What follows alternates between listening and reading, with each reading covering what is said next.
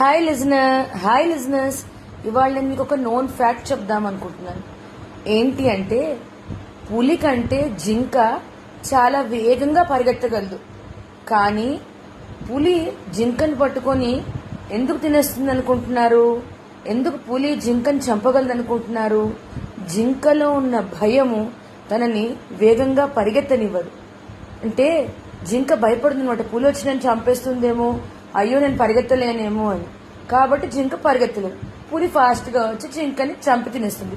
దీనివల్ల నీకేంటి? మనలో ఉన్న భయమే మనం ఎప్పుడు తక్కువ చేయాలని చూస్తుంది. కాబట్టి never fear, do your best, rest, leave on God. So don't fear, oh my dear listeners. Bye.